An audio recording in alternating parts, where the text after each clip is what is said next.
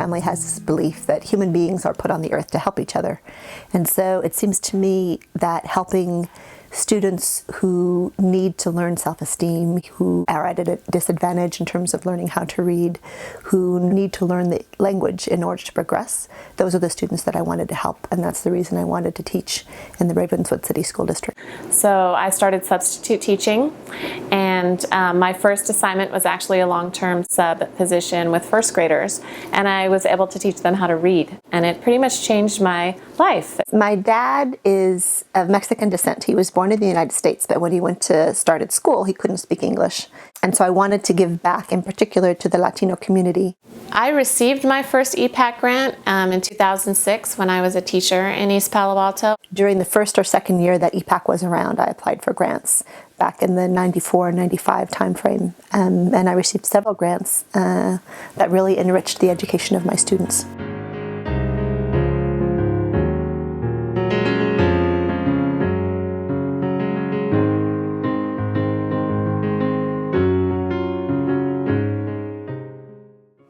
Once we made the first set of funding, once we actually passed out the checks at the schools, it was like Christmas. It was just wonderful, and the teachers all wanted to be involved because we all have that common purpose and interest in the children. One of the things that you need to inspire kids and make them want to read is to have interesting books in the classroom. And so a lot of my grants were particularly devoted to literacy. Our students come from homes that don't get to travel very often, so they aren't as exposed to other things. So definitely having lower incomes impacts their education. Students don't have the resources they need. In particular, I remember for one student, I went out and bought shoes because the child didn't have any shoes to wear to school.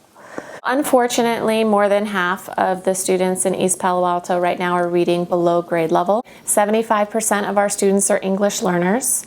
Over 90% fall under the line of poverty, so they qualify for free or reduced lunch. And we have about 80% Latino, 10% African American, and 10% Pacific Islander. I was really excited about receiving grants from the East Palo Alto Kids Foundation and was excited to join the board because I saw the great work that they were doing for teachers and for students in the school district. I joined the East Palo Alto Kids Foundation board because I was able to see the impact of the grants in the classroom. Sometimes the school district needs a few extra dollars to have an experience for children that really stands out. Your teacher applied for a grant of $500, and so I'm going to give her the check right now. And this is, you want to tell us what you're using it for? We're going to use it to go on another field trip. Yes! Hopefully to a science museum where we can see some fossils. East Palo Alto Kids Foundation is a conduit for funds directly into East Palo Alto classrooms through the teachers' stated needs. So we know that by supporting teachers and their ideas and their projects, students will be able to learn more, have more experiences, and be more successful long term. It is all volunteer. It is a way that people can really give together and know that the money goes to the children through the teacher's own strengths. The idea here in California, schools don't receive enough funding, and there are educational foundations all throughout the state who provide supplementary funding for different programs and to make sure that teachers have the materials they need in their classrooms. Surrounding school districts, Palo Alto and Los Altos education foundations raise millions of dollars, and unfortunately the parents in East Palo Alto aren't able to donate those millions of dollars. So our organization stands in place and raises money to get directly to teachers. Stop your test for just 1 second. This is very important. I normally would never stop a test, but we got $500 for our classroom again, and we're going on a field trip with this. The East Palo Alto Kids Foundation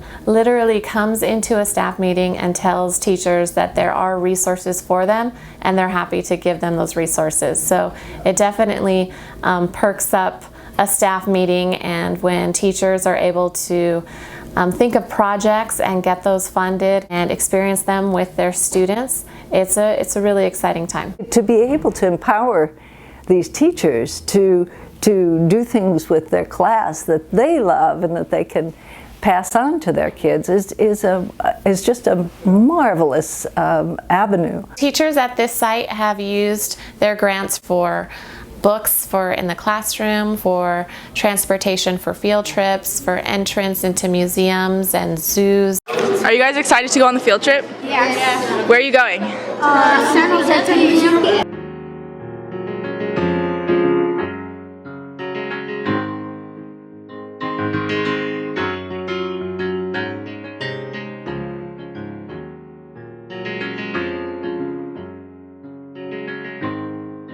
So kids, your teacher applied for $500, and so I'm giving her a check.